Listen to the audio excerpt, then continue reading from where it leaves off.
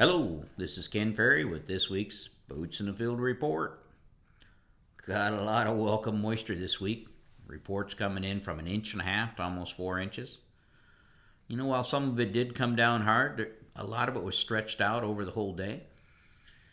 Our sensors at the tile study plot suggest we did reach saturation. Now, this is something we haven't seen since last March. It's nice to see the drainage ditches and the tile both flowing again.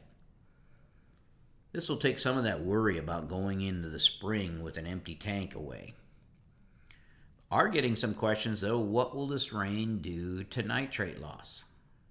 Well, the saying goes, is where the water goes, so does the nitrate. So yes, a 3.6 inch rain in February on thawed ground will move some nitrate to the tile. The good news is most of the soil shouldn't have much nitrate in them. If you obeyed your stewardship rules and didn't put the fall nitrogen on before the soil temperatures came down and added an inhibitor, the nitrate load in that soil should be low, meaning the loss would be less.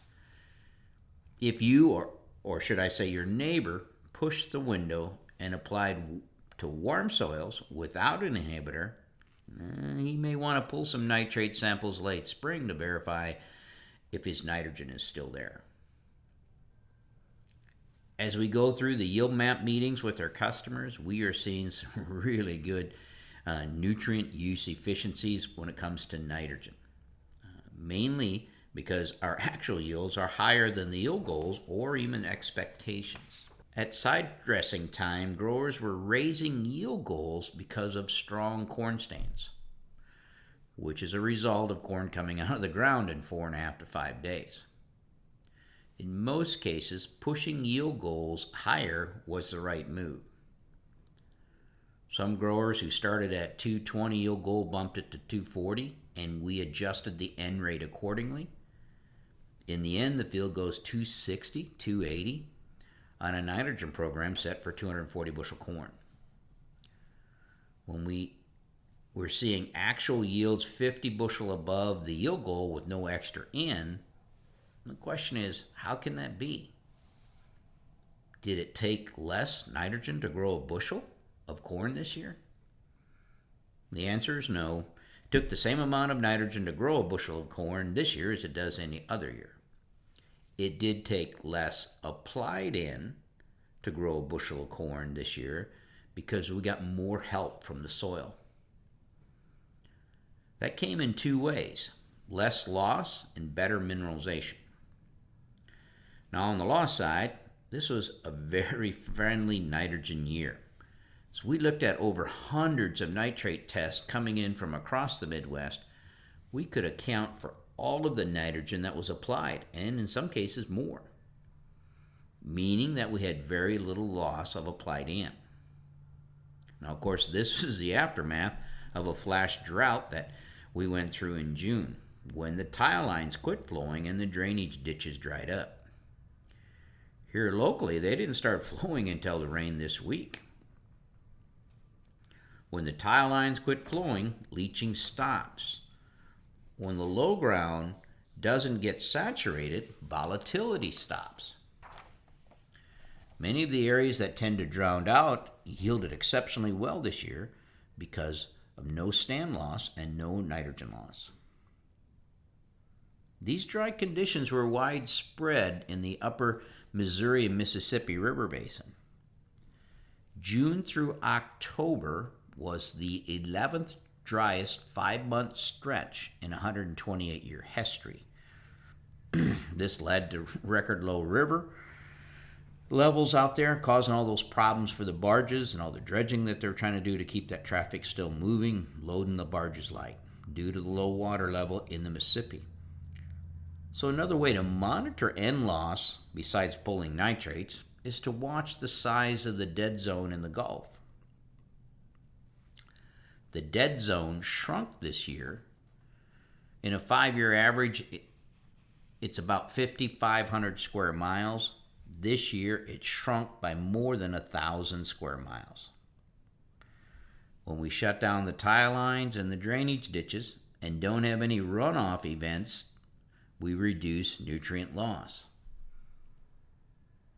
Another way to look at this is the American farmer may be only responsible for 1/5 of the dead zone in the Gulf. When you guys shut off the water flowing off your acres from June till January, and the dead zone shrinks by 1/5, it would indicate someone else is responsible for the other 4/5. When your tile lines quit flowing, the municipal sewage plants didn't quit flowing. People in Chicago didn't stop flushing their toilets.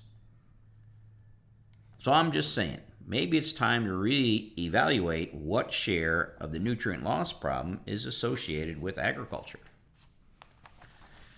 I know no one thinks that way, and I'm just thinking out loud, and I probably shouldn't do that. The opposite end of this is mineralization. While the dry June shutdown and loss, the cooler temperatures and timely small showers throughout July and early August were ideal for microbes to mineralize nitrogen out of our soil. So we kind of had that perfect lineup of too dry to lose the N, but moist enough and moderate enough soil temperatures to mineralize large amounts of N. So you say, what are the odds of this happening again? Well, it's only happened 11 times in 128 years, so I'm guessing the odds are not too good. I think we start with a good 4R nitrogen program, and we adjust it as Mother Nature throws curveballs at us.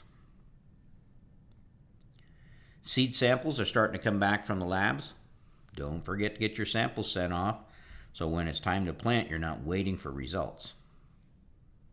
Spring is coming fast. Take this time to finalize your spring plans.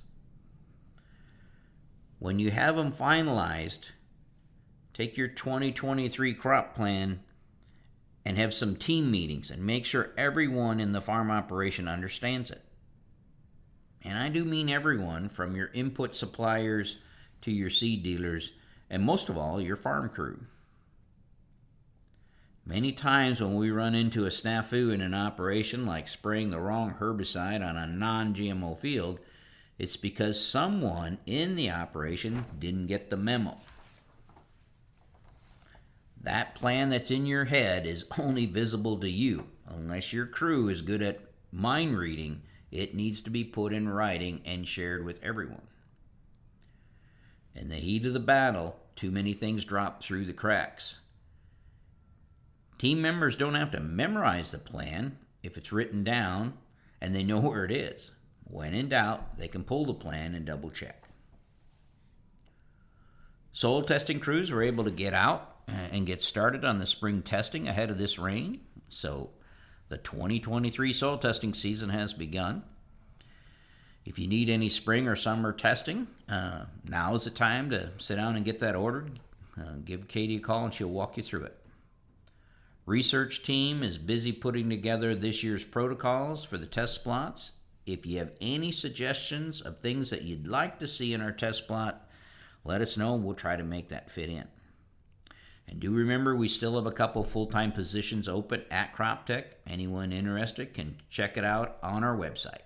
To stay up to date, check out our website at croptechinc.com and subscribe to our podcast, Boots in the Field Report. Keep her safe. Keep her moving.